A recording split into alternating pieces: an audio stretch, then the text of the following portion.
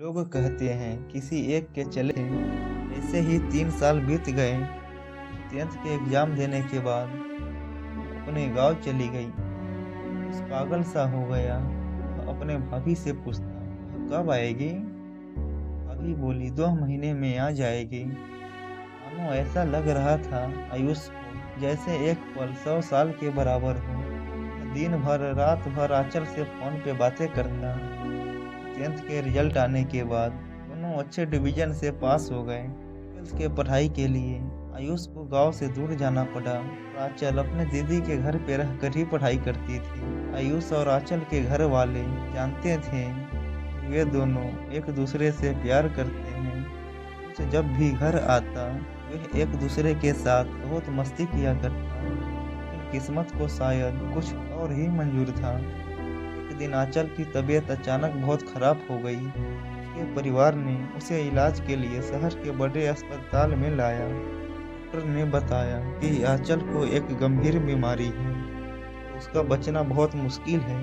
इसे सुनते ही आयुष का दिल टूट गया। वो दिन रात आंचल के लिए प्रार्थना करता था, लेकिन आंचल की समस्या दिन ब दिन बिगड़ती चली गई। आंचल ने आयुष को बुलाई और कही, लगता है शायद हमारी कहानी अधूरी रह जाएगी, कि मेरा प्यार हमेशा साथ रहेगा। आयुष ने उससे कहा, कुछ नहीं होगा, हम फिर साथ में स्कूल पढ़ने जाएंगे। इतना कहते ही आयुष रोने लगा, लेकिन आंचल ने कहा, मैं नहीं बचूंगी, चुप कर पगली, कुछ नहीं होगा। आयुष ने बोला। कुछ ही दिनों बाद चल इस दुनिया को छोड़ के चली गई।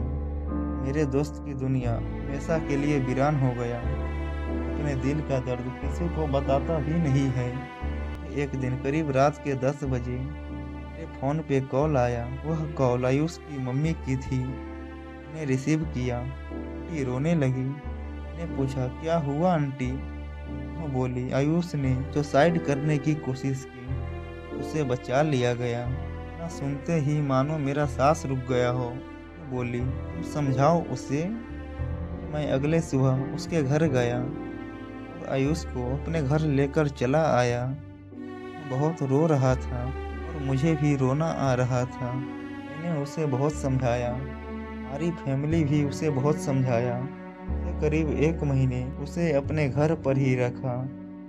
वह रोए ही जा रहा था। चल के यादों के साथ अकेला जीना चाहता था। उसने हमसे प्रॉमिस किया कि कभी गलत कदम नहीं उठाएगा। लेकिन उसकी जिंदगी से खुशियाँ हमेशा के लिए खत्म हो गई। जीना चाहते हैं मगर जिंदगी रास नहीं आती। मरना चाहते हैं मगर मौत पास नहीं आती। बहुत उदास है हम जिंदगी से कि यादें भी तो पाने से बाज नहीं आती।